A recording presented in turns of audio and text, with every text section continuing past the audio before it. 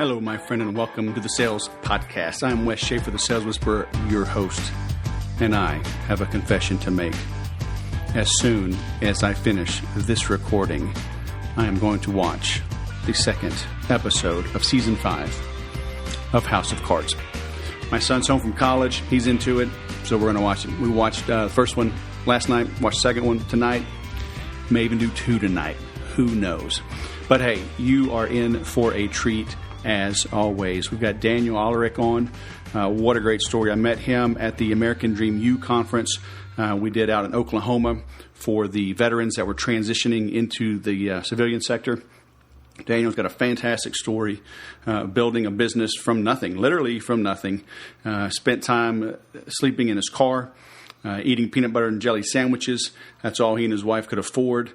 I don't want to steal all of his thunder, but he now runs a $9-figure, $100 million business. And it's all in America. He's hiring veterans. He said in person, I saw him, he said, if you're a veteran and you can get it up to Chicago and you want a job, he'll give you a job. That's the kind of guy he is, and he is making it work in a big way. So you're in for a great treat hearing his story, hearing how he did it. I mean, we get into specifics, and you will learn a lot, and you'll be inspired as well. So be sure and have some pen and paper ready to take some notes. Do people even do that anymore? I don't know. I do a little bit. I do a lot with Evernote and other things. But hey, whatever works, take notes and then take action. Okay. One thing I'd like you to take action on, I've been mentioning this. I would like you to text the word whisper to 44222. Let me know that you're out there. That will send you an email with a survey. Help me help you, right? Let me know what you're working on. Let me know what you're struggling with. I've been thinking about creating a private group just for the Sales Podcast. So those of you that are listening and would like to take this into another medium, have a two-way dialogue, right? Rather than just sit here and listen. So I'm happy to do that if there's interest. So let me know on that survey. I just finished creating the first bonus that you'll receive. I'm not going to tell you what it is, but I think it's a pretty cool bonus. And I've got more I am building in. Who knows how many there'll be. There'll be more than one. You got to stay tuned, and you have to get engaged, right? Take action. So again, text the word whisper, WHISPER, to 44222, and that will kick things off. Okay? So now let's kick things off with our guest. Daniel Alarik. Did I say that right? Alarik? Nailed it. Grunt style founder. Also now the founder of Alpha Outpost, man. Veteran. Army veteran, entrepreneur. Welcome to Sales Podcast, man. How the heck are you? I'm doing great. Thanks for having me. So I met you at the American Dream U. We were in Oklahoma and got to hang out at the airport bar. I now know your favorite drink, so I know how to get in on your good side. But man, you had an amazing story. It was. If they made a movie about it, it would be under fiction, right? Because it was like, no way that this really happened. Kind of reminded me of, Will Smith. What was it? The Happy, drawing a blank on it now, but just delivering. No, something happiness or happiness. I'm gonna Google it on the other screen while you tell your story. But I mean, for our listeners that may not know you, would you mind just touching on that a little bit? And then we'll dive down on pulling out some lessons learned and help our listeners apply, see how they can dig deep to hit their own goals as well. Sure. So, I mean, Wes, you're being too polite. Story's not that exciting, but, I don't know, man. I was fired up, but I mean, I'm Air Force. I'm a simple man, it's just, so, humor me. Basically, I'm just a regular guy. There's nothing too special, except for sometimes I'm a little dumb to know when to stop. And that pretty much sums up everything. I started Grunt style when I was leaving my drill sergeant duty down at Fort Benning, and didn't know anything about business. Literally Googled what is business when I was starting. And, just the next 3 years, I slept in my car, worked a couple jobs, and sold out of the back of my car, trying to get it off the ground. And, we had plenty of desperate moments where, it was, moments away from shutting down forever. And, it's how fast can you learn and maneuver to stay in business? Right. So, all right. So you were active duty, but you had a little entrepreneurial bug, or what made you decide to start making T-shirts, and why T-shirts? Well, the idea was I wanted to do something that allowed me to stay with the culture and the connection I had in the military. So military, it's a culture of pride and patriotism. You take great pride in yourself and your unit, everything around you, because, you work out in the morning, you take pride in your fitness score, your shooting scores, and then your team, what you're able to accomplish.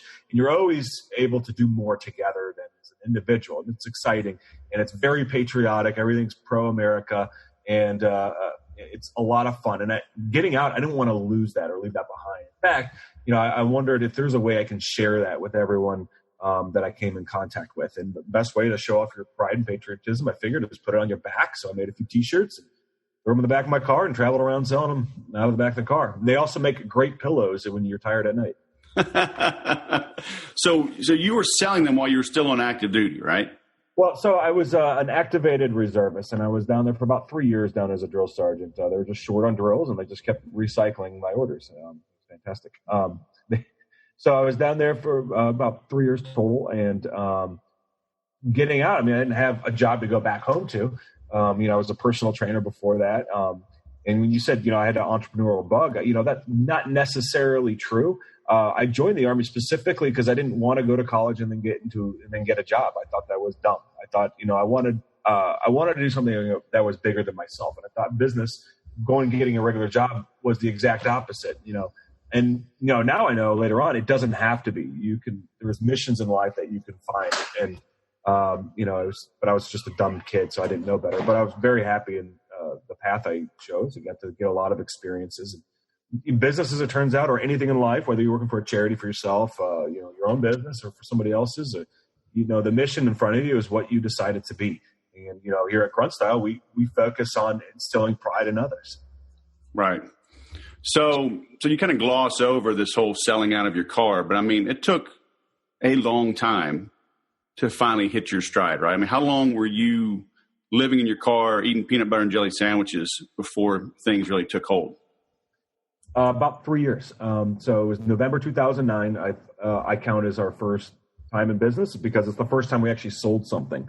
It's before that, and I know you encounter a lot of entrepreneurs. There's a lot of people who just talk about it, and they'll talk about it. I've met people who talk about their business idea for 15 years. 15 years. Like, I've been working on this since the 90s. I was like, my gosh, man, do something. So you're not really in business. You're just kind of enjoying the dream of being in business, which is fine. If that's just recognize what you're doing. You're really in business for the first time you actually sell something. Someone has to say, hey, open up my wallet. I approve of your idea. Here's money. And right. It still may fail very quickly after that, but at least you're doing something. So November 2009 is when we sold our first product.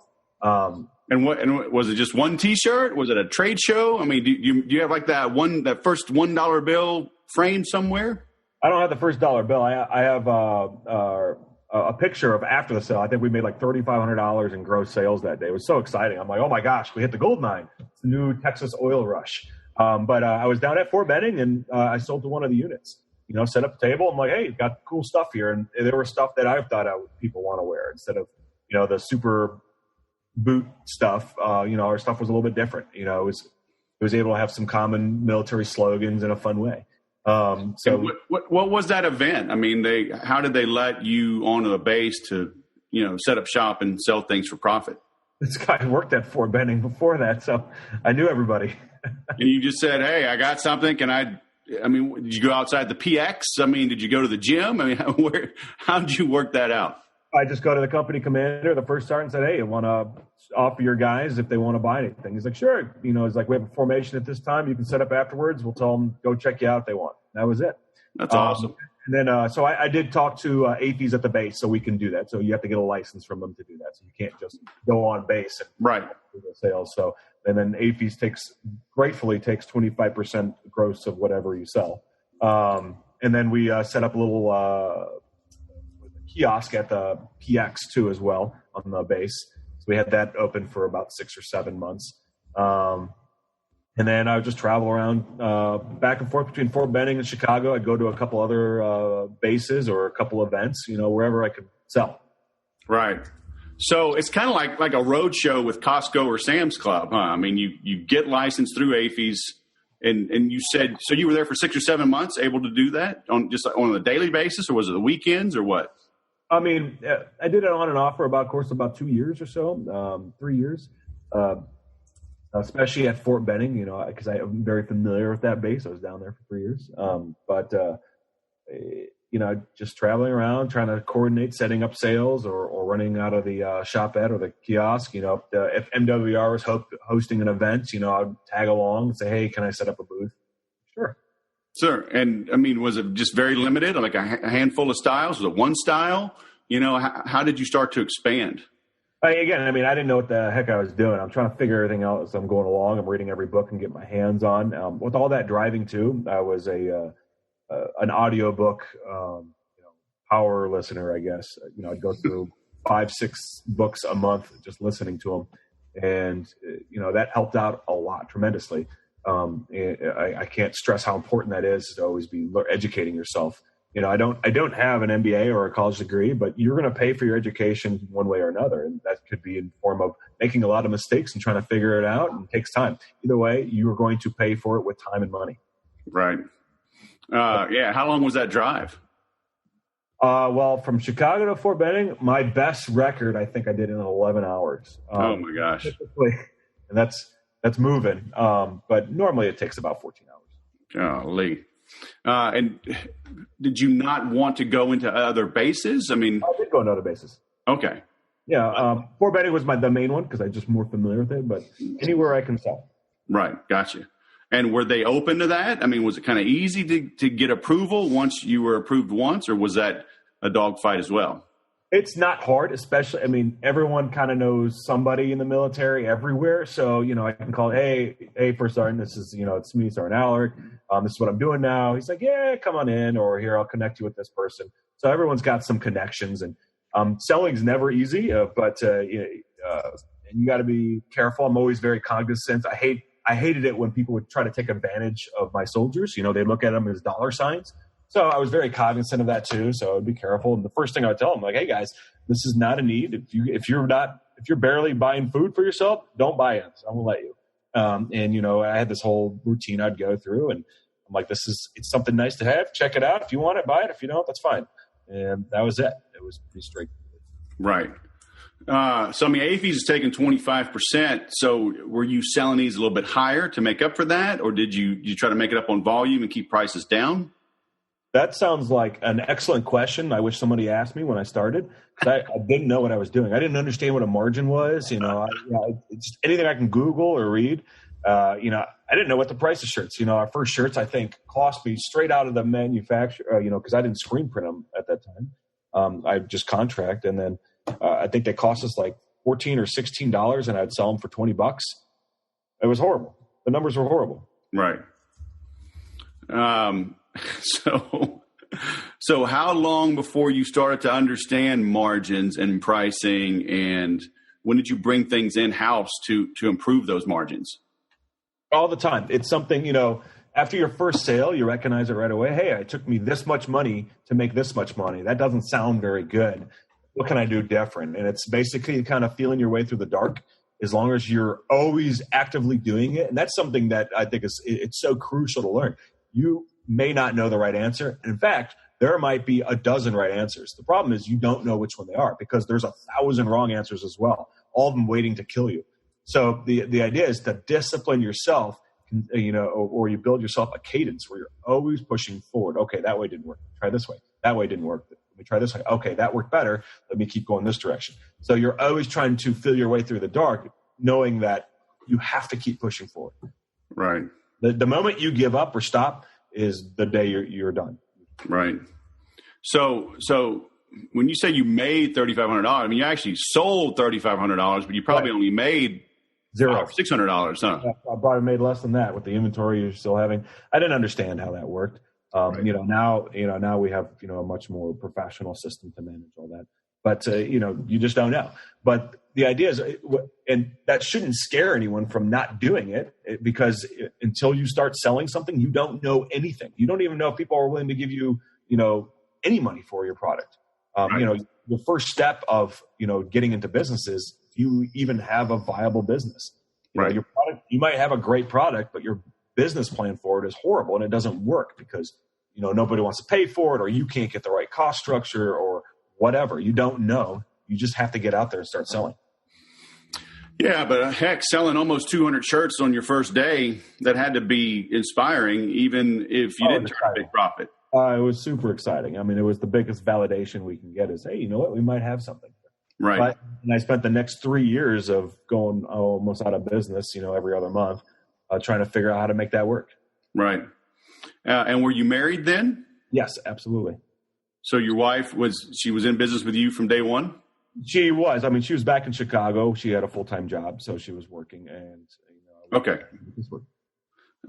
So when did she start traveling with you, or did she, or is she a partner now, or in the business? Yeah, she's the CFO right now. She was an auditor for Arthur Andersen in Mexico City for a few years, and then she was a senior accountant at Panasonic. And then when we hit our first $1 million is when I asked her to quit her job and join. Oh, cool. All right. The first traveling mission with us was that Vegas trip. When we were our go for broke, last ditch effort. Let's see if we can make this work. That's the one where we're eating the peanut butter sandwiches. So it was 2011 December, and my wife's like, "Hey, it's not working, Dan. We got to shut down the business. You're making $20,000 a month and spending 21." And she's like, "It doesn't work." And I'm like, "All right, we have our first trade show coming up in Vegas. We've never done one before. It's selling to small Army Navy stores." I'm like, "I think we can make this work." And I'm like, "But if we can't sell at least $6,000 worth of product, then I agree. Let's shut down the doors forever." She's like, "Okay." I'm like, "But I need your help selling." She's like, "Okay." So this is the first time she's going to actually help me sell. And, she's a pretty introverted person, but she puts on a tight shirt, and her job is to go around and talk to everybody and bring them back to the booth. And I had to close them. That was it. So we scraped the last few dollars we get, and we get I think we flew like Spirit Airlines next to the chicken crates in the back or something like that. Whatever was like $79. And we get the free shuttle to the hotel, and then we walk about a mile and a half to the nearest grocery store. We buy a loaf of bread and a jar of peanut butter, and that's pretty much all we ate for the entire show, about 2.5 days. We just didn't have any money, and we just worked the entire show like crazy. And we get back onto our awesome airline, and we sit back down. She passes out because she's just exhausted and beat, and I'm tallying up all the receipts. And we made like a depressing like $6,300 or something like that. It was just enough to be really sad about being in business still. I'm like, well, I guess we hit our number, but like we barely like collapsed over it, and it wasn't very exciting.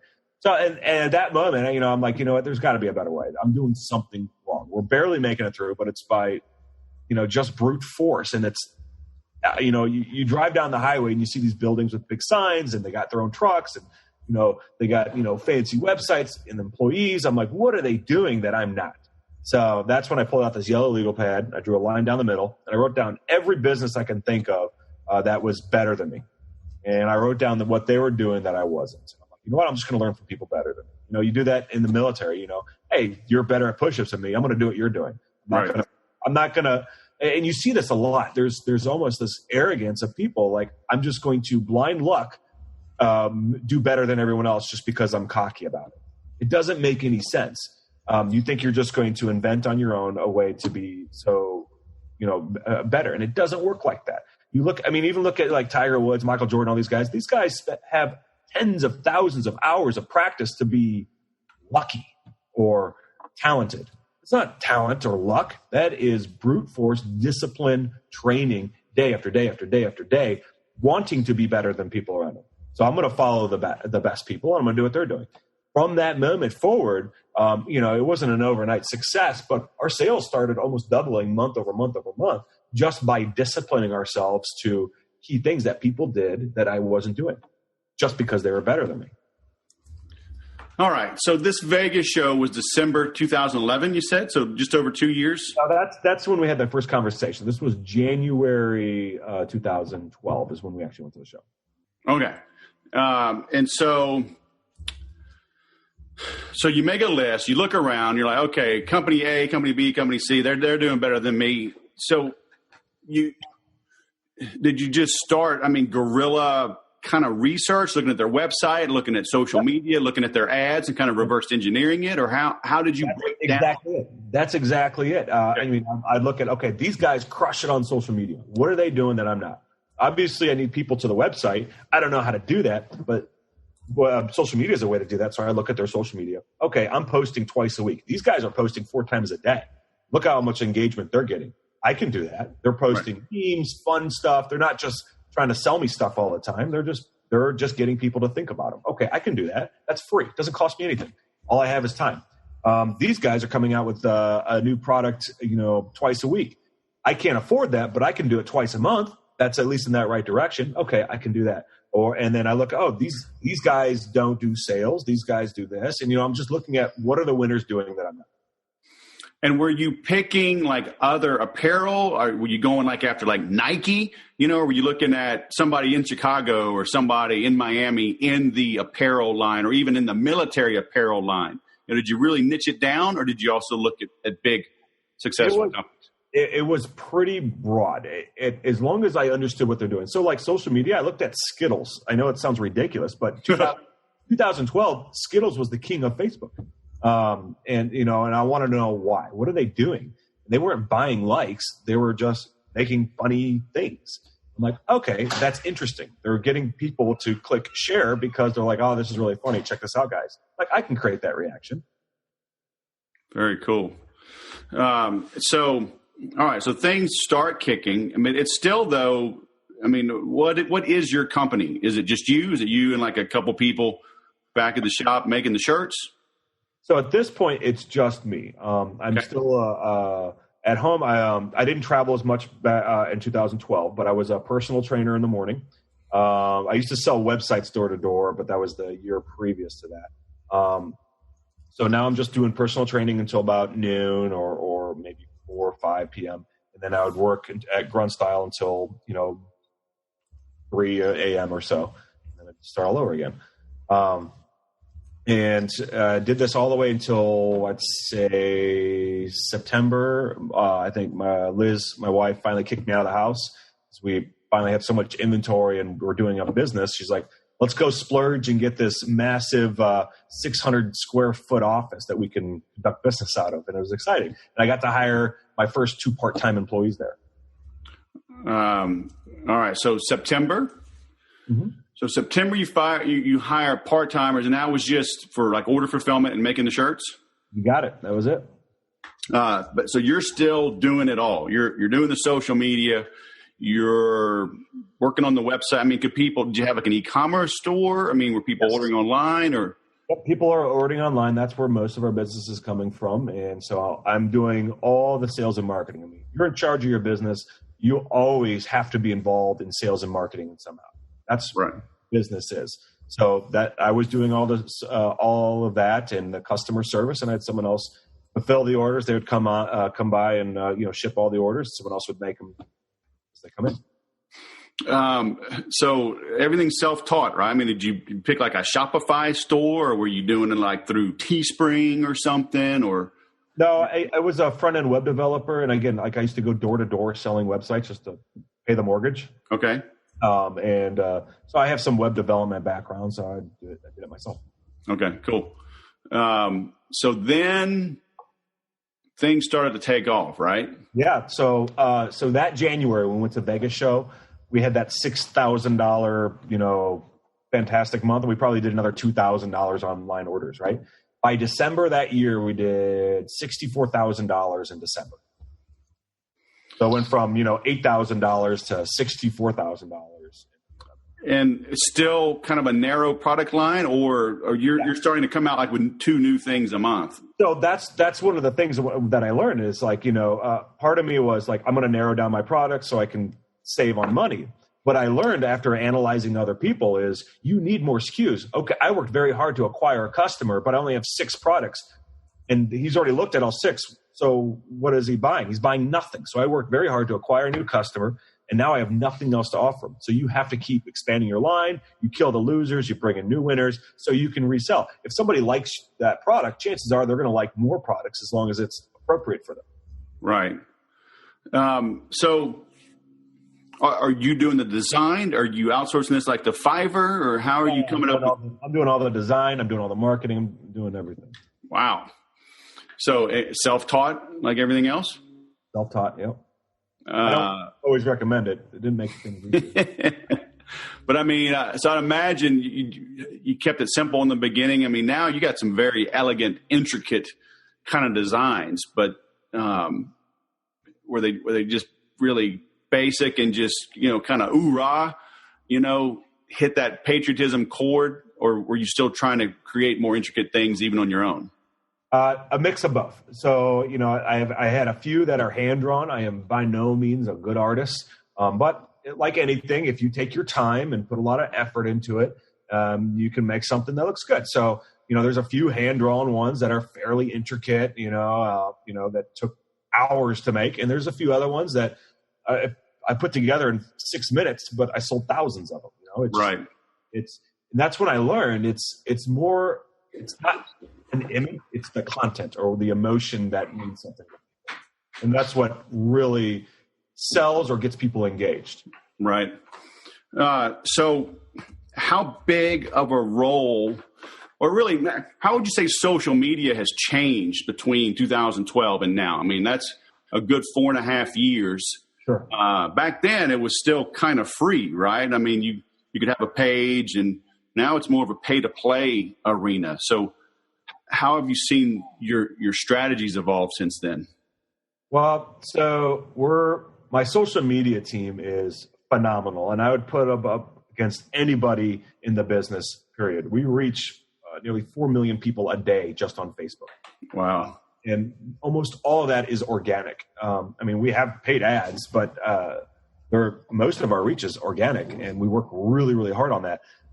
But social media is much tougher. It's not like it was, like you said, in 2012. I could throw a funny meme on there, and I have 8,000 fans, and I can get 12,000 shares. That doesn't happen anymore. So we have 1.8 million fans on our Facebook page. We can strike a chord and reach, millions of people, but that doesn't happen per post all the time. So we have different algorithm. It's very, very scientific for us now. Obviously it leads with branding and content. So it's not a dry mathematical formula that plays a role, but the other half is you have to make sure that you're branding it and hitting the core audience appropriately. Right. So, when did you start to embrace branding over just pure selling? Because when I'm working with newbies, I think that they're too focused on building a brand. And it's like, dude, you got to make some money.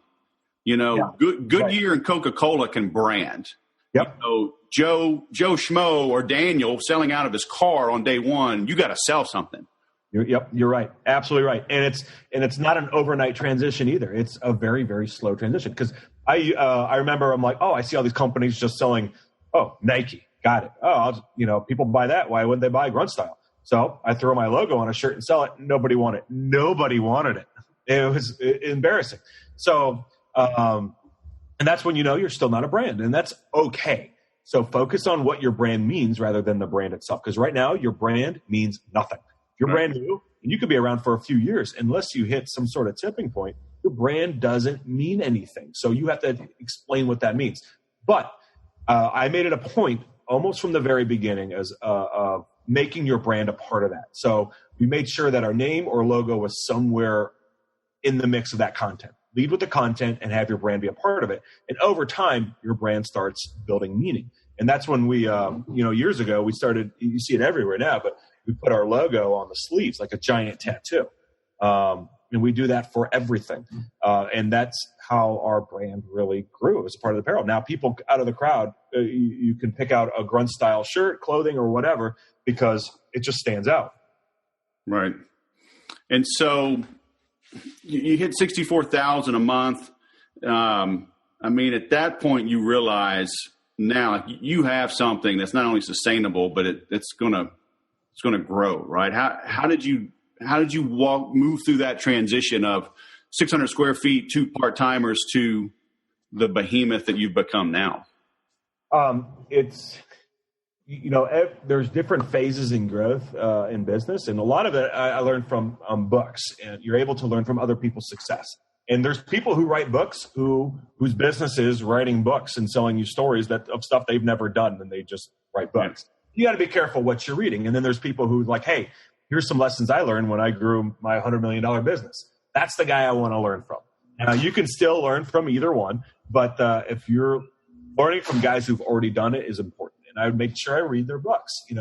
If you've only grown a business to $50 million, it's going to be difficult for you to explain how you make $1 billion because you haven't done it yet. So we always focused on education, but it took a lot of time and studying. Being the commander of your unit or the CEO of your company, your job is to make sure those plans are in place. If you're guessing your way all the way through and like, we'll figure it out when we get there, firing from the hip, you are the biggest limiter in your business. Your business will not grow, and it's your fault because you did not plan for it to grow. So we've spent a lot of time on creating plans, strategizing, and mapping out how to be successful, how to continue to grow, how to build our brand. Who was your first full-time hire? Oh, gosh. Actually, no, that was Vinny. None of them work for us. I have a handful of guys that are still here.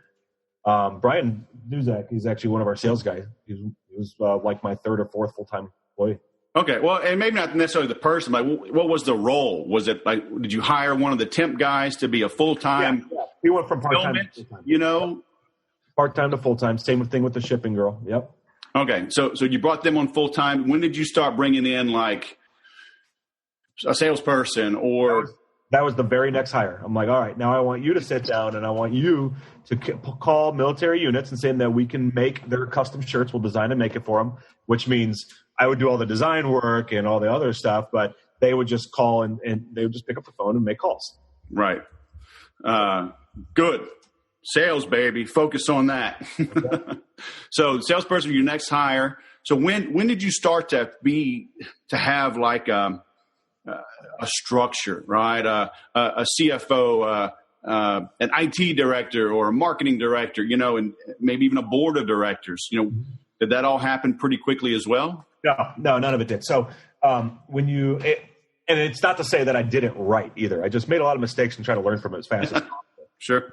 You need structure as soon as you have a tier of management. As soon as no longer everyone is reporting to you, that's when you need to have very, very clear structure so people understand where they are and what their responsibilities are. Because, when you only have 2 employees or even 8, you can do it. It's a spoken wheel. Everyone is an extension of your will and intent. But as soon as you now have a manager or a leader in charge of others, you add that second tier. Now you have to have structure because now not everyone is reporting to you anymore. Right. You have to start growing. And what we found is build the structure to where it should be, even though it's not there yet, and try to angle into to make it fit. Yeah. Grow into it. Well, that goes back to the earliest military, right? 12 to 14 roughly is about all one human can oversee, right? Yeah. So yeah, it's about 7 for one. That's a team. Team is 4 to 7 people. A squad is 10 to 14.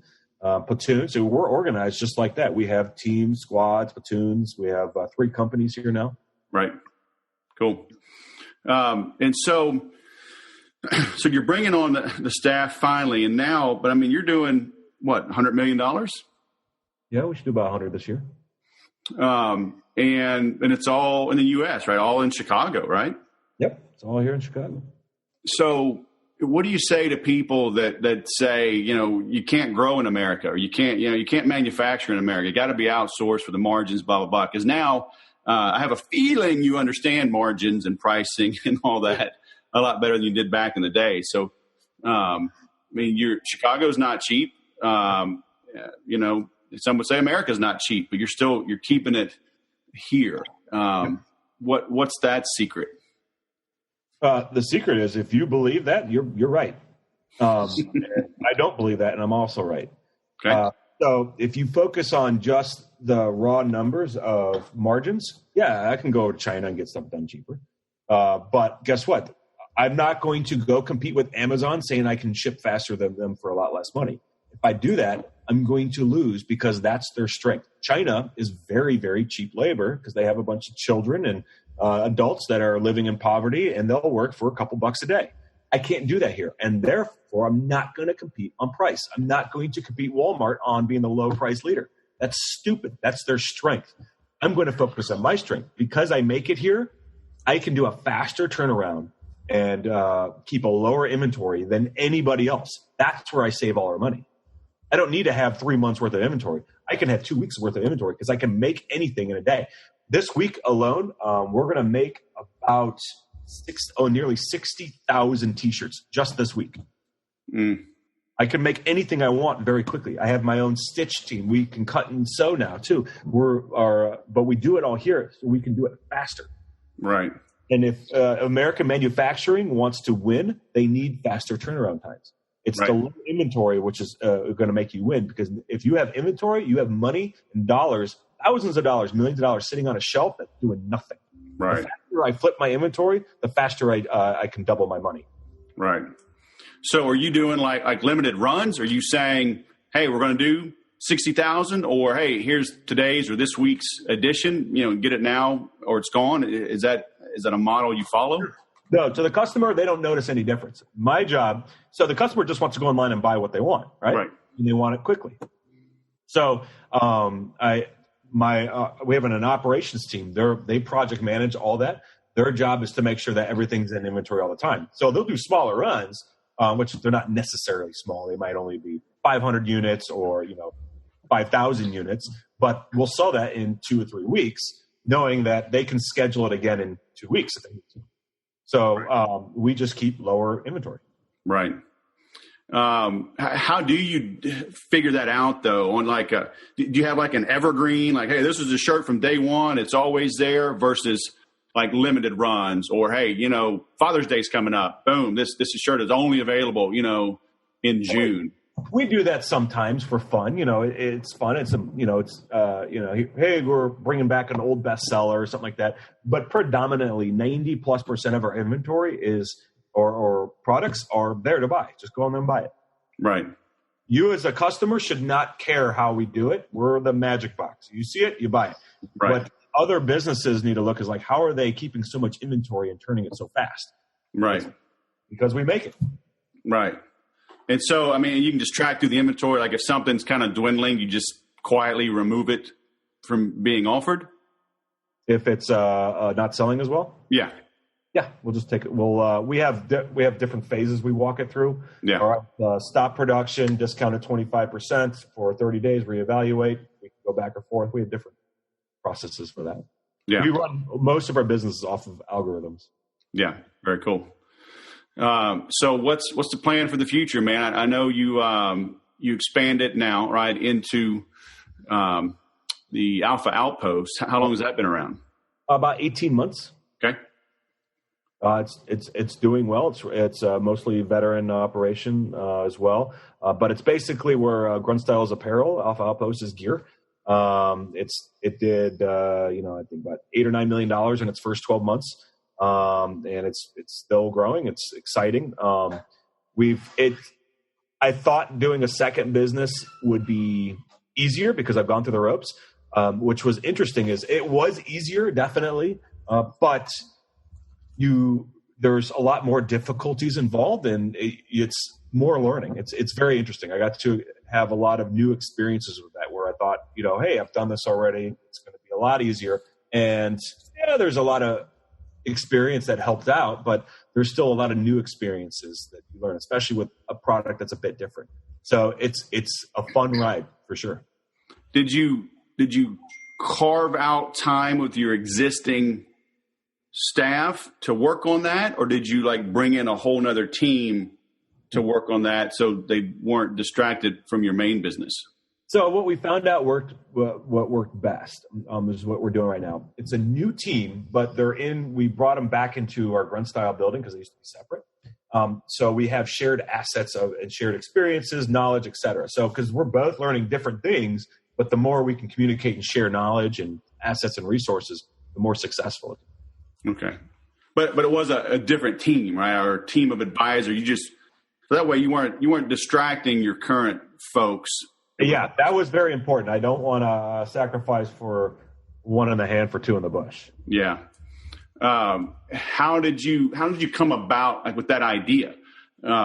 Is it because I've seen other similar things, and I'm based on what you said earlier, seeing who's successful and just emulating them. I've seen like clothing and whatever, you can get a box of clothes. And so were you seeing that, or almost like the Dollar Shave Club, seeing things being sent, and you thought, hey, can I do this in the what would you call it? Are you selling to preppers, or are you selling to? So that's something that we worked hard on kind of figuring it out. Because at first we're like, hey, we're a survival box, right? But, I'm like, most of the guys that Grunt Style works well, and it's easy for us to market to, or easier for us to market to, because we're our own customers. Our Alpha Outpost guys, we're not preppers. We like being prepared. We like outdoors. We like adventure. We're not preppers. So every time we try to do something that's not who we are as a core, it's difficult for us to communicate. Yep. So we're like, you know what? So, a few weeks ago, because we're still, Alpha Outpost is still evolving over time. Grunt Style took years. Alpha Outpost is doing it a lot faster, but it's still trying to really carve out its true identity. And I think we found it finally a few months ago. And it's not about being a prepper or survivalist, although that stuff is interesting. What it is most of our customers, to include ourselves, we have daytime jobs where we work really hard. We support a family, but on the weekend, we want the chance to have an adventure or a new experience. And what Alpha Outpost provides is here's some gear and some instructions of what to do with it and a challenge. And it allows you it forces you kind of to get away from the normal grind, get outside and do something different that's fun, exciting, and you get to teach something to yourself. Right. I wish I had you last week, man. My son takes me on a 14-mile hike in Argentina, and I was awesome. How was that? I need some gear, man. Holy crap. When you're 20, you can go 14 miles and climb mountains just on the spur of a moment. Like, I need a little gear, my son. But you said something in there, though, that I think we need to reiterate, right? It was like, stay true to who you are. I'm working with a client right now, and she's very accomplished in her field, but she's just looking at everybody else doing something similar. And like, well, I can make money doing that. I can make money doing that. I'm like, yes, you can. But, is that you? Do you want to do that? And I told her, we spoke last week, I'm like, we don't need to talk for a little while. You need to just go listen to yourself, right? When you wake up in the morning, what's on your mind, right? What's calling you instead of just what can make you money, right? Because you could have made money doing stuff for preppers or whatever, but you said it's not you. Mm-hmm. So you're staying true to who you are, and that's why you do $8 or $9 million in your first year. And I bet you'll double, triple, or quadruple that this year. So is that an accurate statement? Yep. Yeah, that's very accurate. And there, you see a lot of you see this mentality out there, especially with a lot of the venture capital money being thrown around, where business is more of a numbers game than anything. It's a lot of number crunching, data, et cetera. And you can do your whole business plan from a spreadsheet. The problem with that is you're neglecting the whole part of it. Now, all of that is very crucial and very important, and it's not wrong. It's just only one half of the pie. You still need the intuition and the branding that's going to be there. And, you can puff up a company for so long with a lot of, with millions of dollars being thrown in there and buying all these customers that are for a very expensive rate, lying to yourself about a lifetime value that you have no idea what it is. But what you see nowadays, there are dozens of companies that have been thrown 10, 50, $100 million, and in 2 years they're out of business. Right. I mean, what a loss that is of just throwing money away. Yeah. And it's because they're trying to do it with just raw data and numbers. And that's only one side of the coin. Yeah. You need that passion and the fire in your belly, huh? Yep. You need people in there who truly understand what your brand means. All right, man. Well, where should we send people to learn more about you and follow you, buy from you? I've got links to everything, but I may have missed some. I got Grunt Style. I got your Alpha Outpost. I've got you on Facebook, LinkedIn, Instagram, Twitter. Anywhere else we should send them? No, that's it. Send them there. Start on Facebook, maybe Grunt Style. Yeah, go to the website, give us your email address, and buy something you like. Because Father's Day is coming up, and you can never have too many good things for Dad. If Dad loves America, he likes Grunt Style and Alpha. And if he doesn't love America, when he gets one of these shirts, he will love America. So I'm just saying. That's true. America, baby. Awesome. All right, Daniel. Hey, man, I appreciate you rescheduling, and I look forward to seeing you on the road again. I missed you at did you have that party in Vegas this past year? Yeah. Man, All right. We've got to coordinate that better next time. Get you out to the next one. All right. Sounds good. Daniel, founder of Grunt Style and Alpha Outpost, veteran, entrepreneur, all around good guy. Thanks for coming on the Sales Podcast, man. It's been awesome. Awesome. Thanks, Wes. Appreciate you. Have a great day. You can't start off much lower than Googling what is business. So that shows what you can achieve when you're clear on your why. When you know why you're doing something, what the motivation is, you'll figure out the how. I think too many of us get bogged down in the minutia. We're majoring in the minors. Yes, those details matter. Yes, they will come to bear down the road. But too many of you are not starting. And you know what? Pull the trigger and ride the bullet, right? Say yes and figure out how. That's what Daniel did. And like you heard, he's not some genius. He wasn't, born with a silver spoon. He just had a burning desire and he figured it out. He also married well. And that's important. I'm married well. What a great blessing and support. If you're divorced, if you're going through some issues, I had Ryan Mickler on. He's going to be coming up in a few weeks. But he tells his story. They are celebrating 13 years of marriage now, but at 4 years, they had split up and actually had separated, living separately with a child. And he talks about how he took extreme ownership, right, to borrow from Jocko and Leif in their book. But he owned up to his own shortcomings. So if you're going through some relationship issues, work on yourself first. It sure is hard to change others. And being in sales, I get into this. We cover this in the Make Every Sale course, but I cover it all the time. People won't change their minds. Okay, you've got to give them new information. They won't just change just because you beat them up. You have to present new information, let them come to a new conclusion with that new information. So work on yourself. But I digress, right? But maybe I don't. You've got to marry well. You've got to choose a good partner.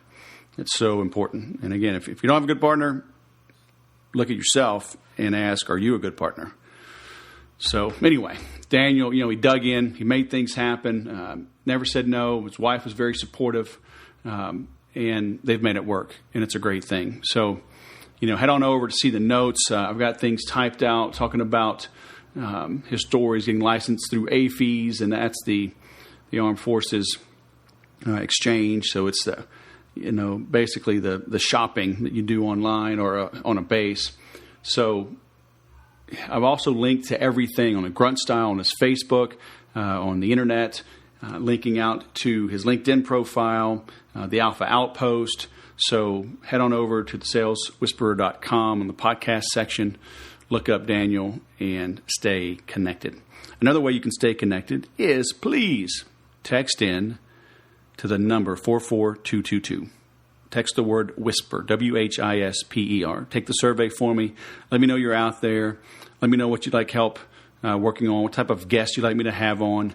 Let me know if you'd like to participate in a private, free Facebook group to discuss this in more detail, all the guests, and go into other avenues, right? Go down deeper into the rabbit hole, and I'm happy to help. I just need to know that you're out there and what you need help with, okay? So text the word WHISPER to 44222. Thanks for listening. Please leave 5-star reviews, share this, and as always, remember to sell different.